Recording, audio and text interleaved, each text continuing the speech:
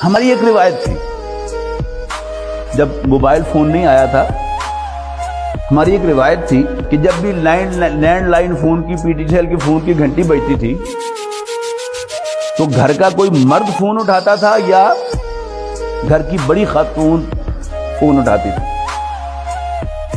بہوؤں کو اور بچیوں کو فون اٹھانے کی اجازت نہیں ہوتی تھی. یاد ہے آپ کو؟ لیکن ہم نے خود جب ایک شوق پیدا ہوا نا کہ اب بچیوں کو تعلیم دلانی تو بڑی ضروری ہو گئی، اور وہ تعلیم بھی مسجد کی نہیں، کالج کی، اسکول کی، تو ہم نے خود اپنی بچیوں کو فون خرید کر دیے. حالانکہ اس سے پہلے بھی بچیاں کالج جاتی تھی، تانگے لیٹ بھی ہو جاتے تھے، خراب بھی ہو جاتے تھے. اب ہمیں کیا سمجھایا گیا کہ وین لیٹ ہو جاتی ہے تو بچی فون کر کے بتا دے کہ جی میں اس لیے لیٹ ہو گئی ہوں. مائنڈ سیٹ بدل گیا. حالانکہ فون دینا حرام نہیں تھا.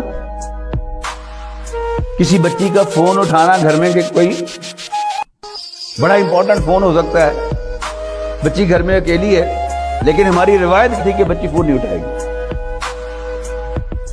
پھر ایک قدم اور آگے، کرونا آ گیا. اب آن لائن کلاسز شروع ہو گئی تو ہم نے اپنے دوسری جماعت کے بچے کو اور اپنی بچیوں کو اینڈرائیڈ فون لے کے دیا اور اس کو انٹرنیٹ تک ایکسیس لے کے دی. نتائج آپ کو معلوم ہے.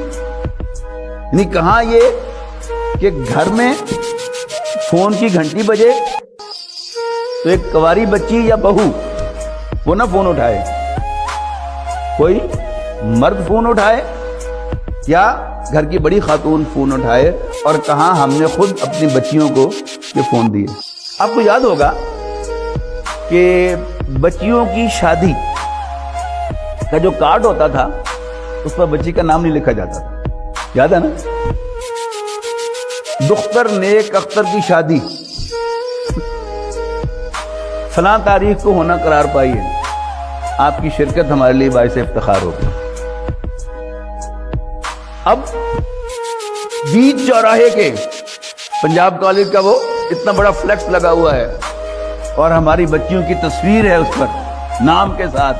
بڑے خوش ہو رہے ہیں ہم دیکھ کے. دس از دا چینج.